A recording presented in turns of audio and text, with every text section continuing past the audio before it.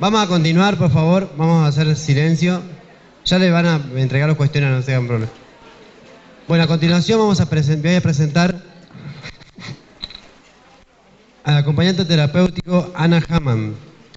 Ana Hamann va a dar un caso sobre abordaje neuropsicológico de un caso clínico de demencia. Este es un caso clínico que trabajamos conjuntamente con Ana y realmente el desempeño como AT de Ana ha sido excelente. Prontamente se va a recibir de psicóloga el mes que viene, Ana, ¿no? Ya se recibe de psicóloga. Depende del director. Está haciendo un trabajo de investigación sobre alianza terapéutica. Ese trabajo depende de la alianza terapéutica que tenga con el director. Bien, así que, bueno, realmente el trabajo de Ana, que les voy a mostrar un caso clínico que me gustaría que presten atención porque tiene detalles que creo que tienen que ver con la creatividad, ¿no? Más allá de los aspectos técnicos y lo que, por ejemplo, desarrolló José, que estuvo muy bien, a eso hay que agregarle un aspecto de la T que siempre hablamos en las clases, que tiene que ver con la creatividad, con la búsqueda de recursos sobre lo que uno tiene. Y bueno, creo que el estilo de Ana hace que para esa paciente y con ese caso realmente ha sido muy efectivo. Así que Ana, bueno, mostrarle, comete la cancha, digamos. Hola, ¿qué tal? ¿Cómo están? ¿Bien? ¿Cansados? ¿No? ¿Con ganas de seguir? Bueno, espero no aburrirlos entonces. Como ha dicho Dante aquí, yo lo que voy a hablar básicamente es qué es lo que se hace como acompañante terapéutico cuando tenemos un caso de una persona que tiene demencia, particularmente en este caso una demencia incipiente, o sea, un deterioro cognitivo, ¿no es cierto?, en algunas áreas. Así que primero voy a hablar a grandes rasgos de lo que es el rol, pero del AT, bastante general porque ya han hablado mucho de eso. Luego de qué es la parte de la neuropsicología. Por favor, silencio, así escuchamos a... ¿Qué es la neuropsicología? Como para ponernos al día, digamos, con eso, y sí basarme en el caso clínico y ahí explicar todo lo demás. Entonces, vamos, básicamente aquí están dos puntos que a mí me han parecido óptimos para este caso, más allá de todo lo que pueda hacer un acompañante terapéutico, pero dos cuestiones importantes, que es la reconexión del sujeto que está teniendo un padecimiento con su ámbito social, porque particularmente esta paciente, cuando empieza con este deterioro cognitivo, pierde contacto con su vida cotidiana social. ¿Por qué? Porque se aísla, se deprime, lo cual por ahí es un proceso normal y lógico, esperable, digamos, ¿no? Y el otro punto es el equipo de salud interdisciplinario, que como ya lo han dicho ampliamente, se trabaja con psicólogo, con psiquiatra, ella tenía su psiquiatra aparte, tenía otros médicos que también la veían, entonces de ahí, bueno, se van comunicando y vamos viendo cómo trabajar, ¿no? Porque por ahí la medicación también influye en el estado de ánimo del paciente, entonces hay que ver que a veces no está disponible para ciertos trabajos, se le cambia la medicación, a veces está irritable y bueno, eso es como importante. Luego, ¿qué vamos a decir de la neuropsicología? Primero, que es una rama de las neurociencias que va a estudiar la relación que existe entre el cerebro y la conducta, tanto en sujetos normales como personas que tienen ciertas patologías, ¿no? Entonces, de pronto tenemos lo que pienso y lo que hago, qué es lo que mi cerebro va haciendo y qué es lo que al mismo tiempo se coordina o no con mi conducta. Cuando hay una patología, evidentemente aquí hay un fallo, ¿no? Bueno, ¿qué es lo que estudia? Las funciones cerebrales superiores, o sea, todo lo que nos lleva a actuar en la vida cotidiana. Desde decidir a qué hora me levanto, la toma de decisiones es algo que pertenece a las funciones ejecutivas superiores. Decidir, qué sé, o si tomo agua o no, estar parada aquí. Cuestiones muy básicas, de las más básicas hasta las más complejas. Y que incluye tópicos como las afasias, apraxias, agnosias, etcétera. Todo lo que va produciendo nuestra mente. Aquí, por ejemplo, todas estas son... ahí está. Ay, qué complicado. Todas estas son problemas que van teniendo los sujetos con cierto deterioro o trastornos, ¿no? Además, ¿por qué es importante la neuropsicología? Porque es un campo muy amplio donde puede intervenir en muchísimos problemas que van sufriendo los pacientes. Por ejemplo, daño cerebral adquirido, enfermedades degenerativas, condiciones médicas que afecten el funcionamiento del sistema nervioso central, etc. Entonces, ahora sí vamos a posicionarnos en el caso específico que yo he tratado. Y la paciente se llama Ligia. Tiene 65 años de edad, ella es jubilada, y yo remarco aquí el tema de que era profesora de historia, porque es un dato muy importante, porque eso me va a llevar a mí a ver cuál es el desarrollo intelectual que ella ha tenido en su vida y cómo eso se ha visto afectado después. Que es muy importante porque de pronto en algún ejercicio que yo le planteo, como por ejemplo, la capital de Italia es, y no saber. Por ahí son cosas muy básicas. No es que que nunca estudió, que no lo vio no, son conocimientos que ella tenía. Entonces, conocer más o menos cómo era la vida del paciente antes de sufrir un deterioro también es importante, porque nos lleva a saber cómo vamos a ir trabajando, ¿no? Después, el diagnóstico que ella tiene es demencia incipiente, un deterioro cognitivo más bien leve, digamos, aunque tenía como muchas áreas afectadas. Después, desarrollo del trabajo, bueno, se lo hace en el ámbito particular, o sea, en la casa de ella. Yo iba 3 veces a la semana, un trabajo de 2 horas. Que al principio he dicho, 2 horas, bueno, 2 horas no es nada, voy, hago, listo.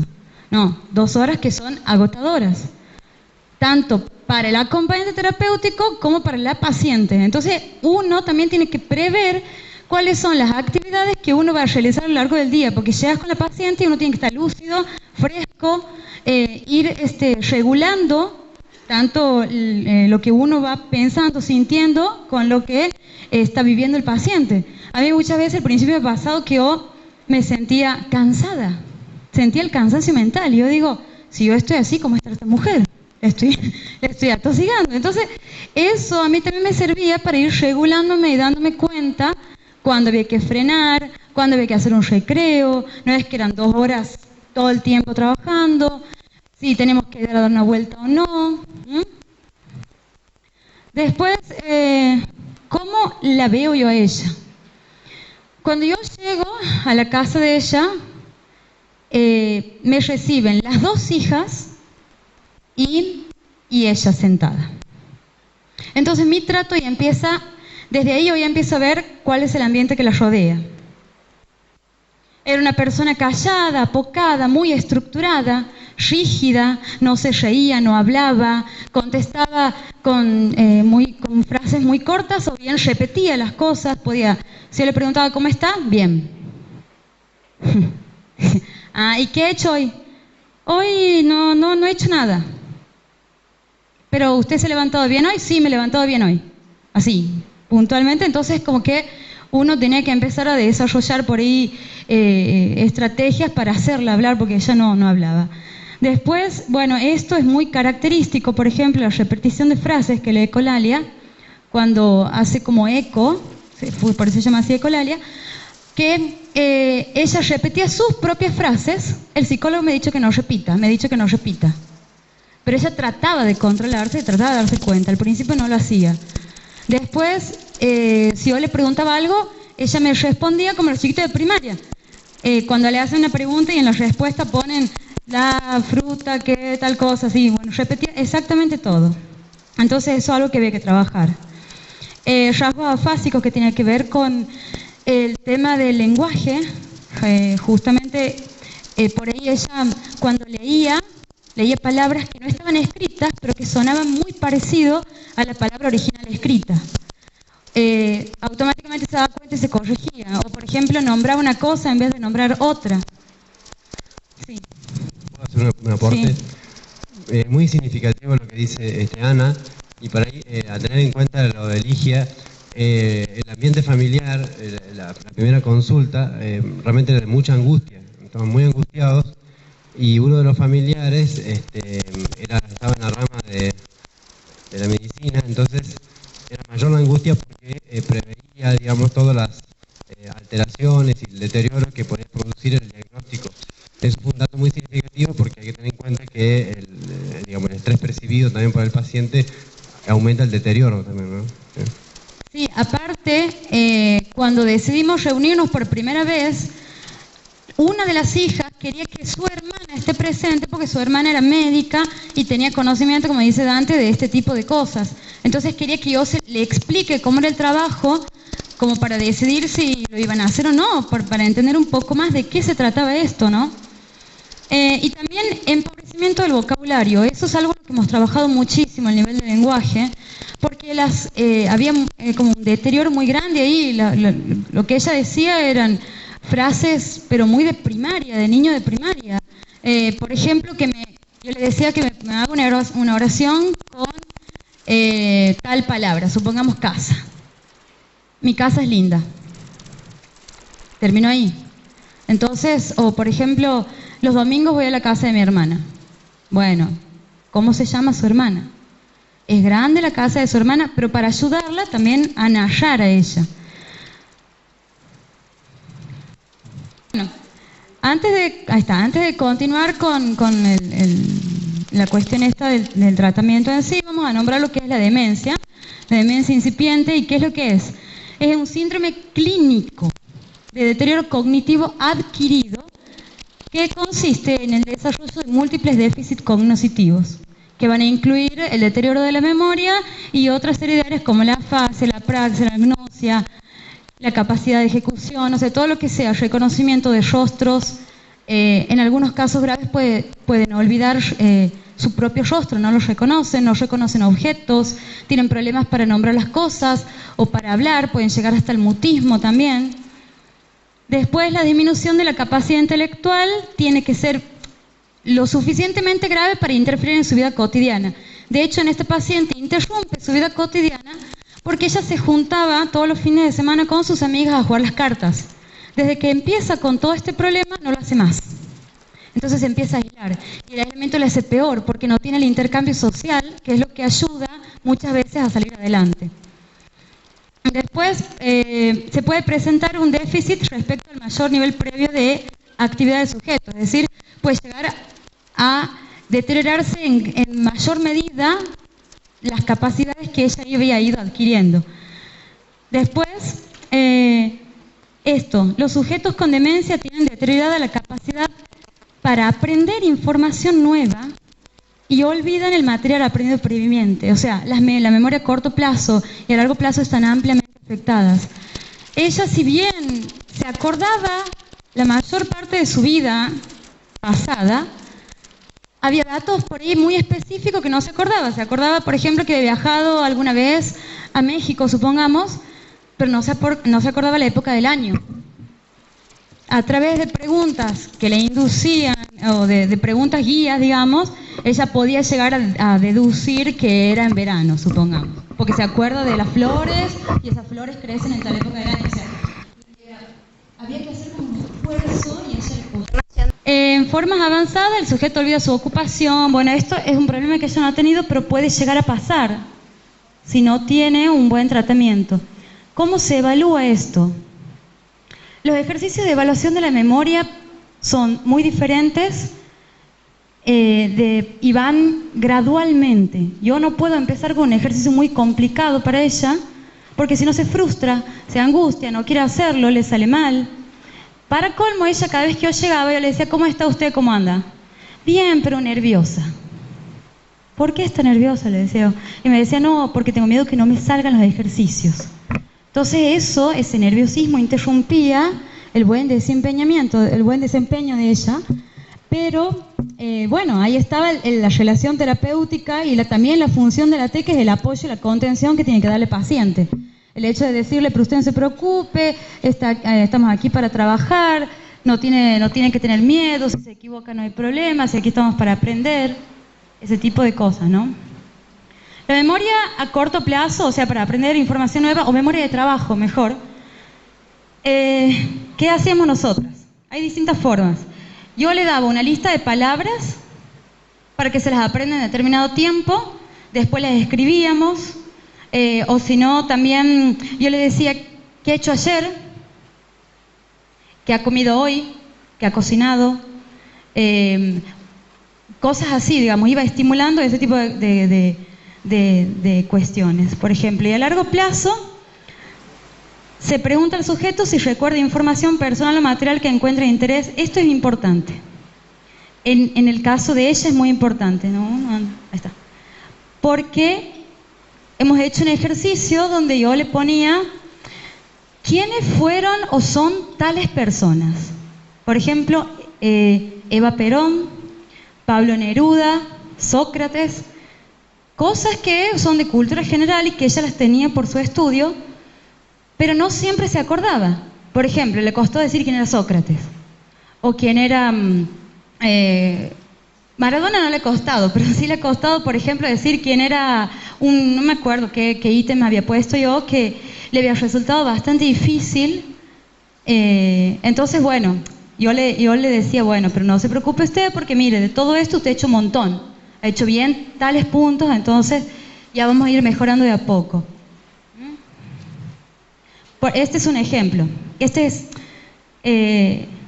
es otro ejemplo para trabajar la memoria, donde le decimos al paciente que vaya escribiendo los meses del año a la inversa, hasta llegar ahí. Aquí hay una cosa. La escritura, ella también tiene problemas en la motricidad.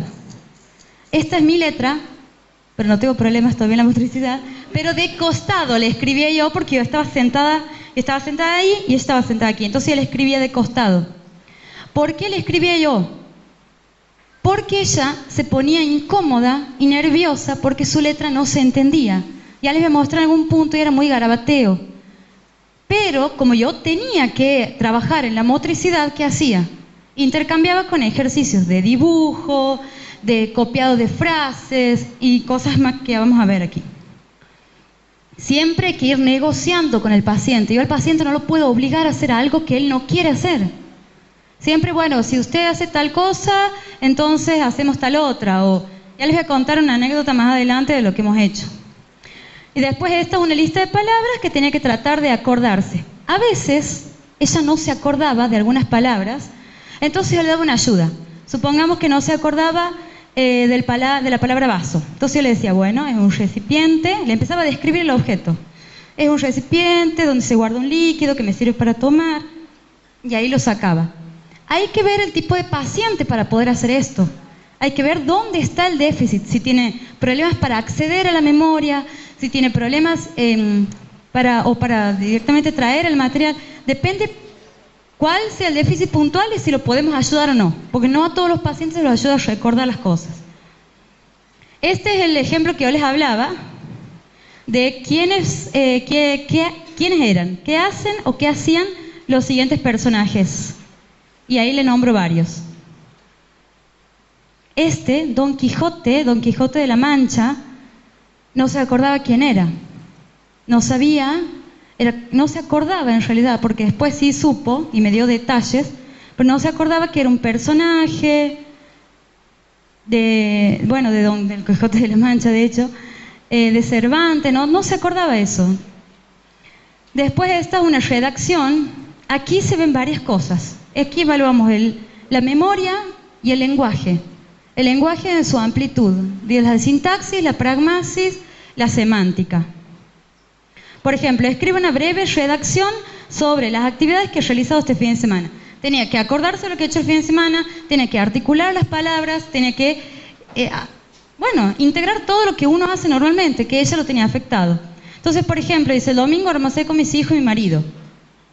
Punto. Ya está, no me quiere decir nada más. Bueno, y ahí empiezan las preguntas cuando, después de varios intentos, ella no, ahí recién empiezo yo a preguntarle y ahí armamos una narración. Esto también ha sido después de varios intentos, porque al principio hemos trabajado con imágenes.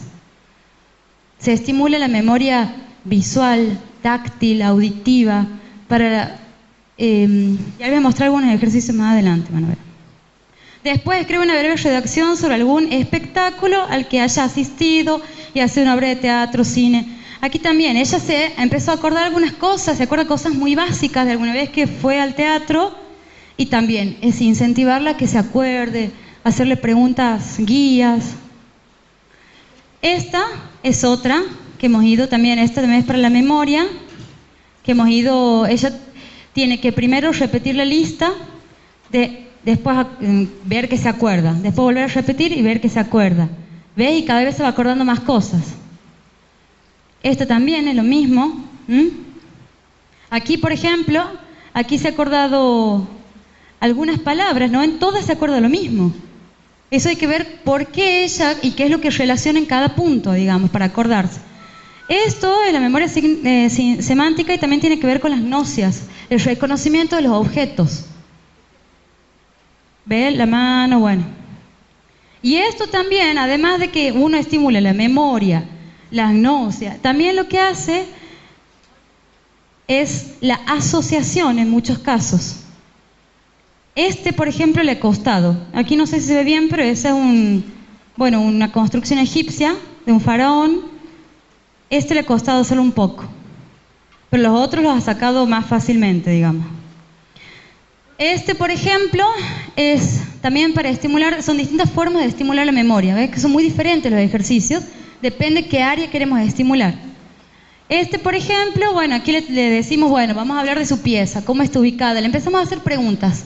Y ella a veces me cuenta como más seguido y otras veces más pausada las cosas.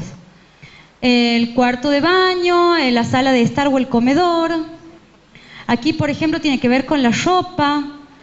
Y aquí no tan solo yo le decía, a ver, ¿qué objeto es este, qué es este, qué es este? No, sino, a ver, ¿qué es este? ¿De qué color es? ¿Para qué lo usaría? ¿Qué se pondría en tal ocasión? O sea, no es quedarnos únicamente parar en el ejercicio y listo, y se terminó ahí, sino tratar de usar ese ejercicio para de varias formas, digamos. Después seguimos con lo de demencia y con las cosas que ella tiene. Dice, el deterioro del lenguaje, o sea, esa afasia que yo les contaba, puede manifestarse por dificultades en la pronunciación de nombres, sujetos y objetos. Eso es lo que yo le decía. A veces ella leía, porque por ahí comentábamos artículos del diario, noticias interesantes, o artículos de alguna revista que a ella le haya gustado, y leíamos. Y a veces que ella leía mal, pero al toque se daba cuenta y se corregía. Eso es muy importante, porque las personas que tienen deterioro cognitivo más grave o en estado avanzado no lo pueden hacer. Después, el lenguaje puede ser vago, vacío o largos circunloquios. Eso es cuando da muchas vueltas para decir una cosa. Bueno, esto sí le pasaba a ella. Como yo les contaba, las historias o las narraciones que hacían eran puntuales, eran muy sin mucha explicación, sin mucho vocabulario. Pero a la hora de decirme algo sí daba muchas vueltas. Eso sí, es como que cuando describen y dan vueltas, en vez de decirte, me gusta ese pantalón, capaz que yo te digo, ay, pero yo he visto un pantalón así, me acuerdo que una vez dan mucha vuelta para decir algo, como yo ahora. Pueden estar comprometidas la comprensión del lenguaje hablado y escrito como la repetición del lenguaje. Ella no tenía problemas para entender las consignas ni lo que nosotros hablábamos, ella entendía todo. A veces, creo que alguna vez le habrá costado entender algún ejercicio, pero en general no le pasaba. Después, en etapas más avanzadas de demencia, los sujetos pueden enmurecer o presentar un patrón del lenguaje deteriorado caracterizado por ecolalia. Bien, ella no tenía mutismo, ella hablaba poco, pausado, lento, sin mucha expresión, era muy lineal en el habla. Era como que yo diga, hola, ¿cómo están? ¿Cómo andan? ¿Todo bien? Nada más que ella pausado, peor todavía, hola, ¿qué tal? Bien, así. Y también, bueno, repetía las frases todo el tiempo del otro. ¿Hoy ha amanecido bien? Sí, hoy ha amanecido bien. Punto. Esto, lenguaje, juego de sinónimos. Esto lo he hecho yo. Digamos, mi mamá es profesora de lengua, así que como que también me ha ayudado un poco y ha apelado a la creatividad, que es muy importante. El tema de los sinónimos, ella era muy pobre en el vocabulario, entonces le costaba un montón. Y bueno, y lo mejor que podemos hacer es justamente los juegos de sinónimos, reemplazar, aunque sea que le suene de oído, a ver cuál le sonaba, digamos. Pero los hacía bien a los ejercicios. Esto por ahí que era unir con flecha le costaba un poco. Esto es para completar frases, también se apela al vocabulario, a la fluidez verbal, al lenguaje, la comprensión. Aquí hay más ejercicios. Podía bien o definir una palabra ella o bien al revés. Yo darle la definición y ella decirme qué palabra era. Aquí era, así como les mostraba. Esto es para ordenar frases, esto sí le costaba hacer un poco, pero después ha ido mejorando porque yo le he aplicado algunos ejercicios, los mismos ejercicios le he aplicado en distintas etapas para ir viendo cómo evolucionaba y la verdad que sí los ha empezado a hacer capaz más rápido. Bueno, estos son más. Esto le ha costado muchísimo hacerlo y al día de hoy todavía me parece que no lo podría resolver tan fácilmente.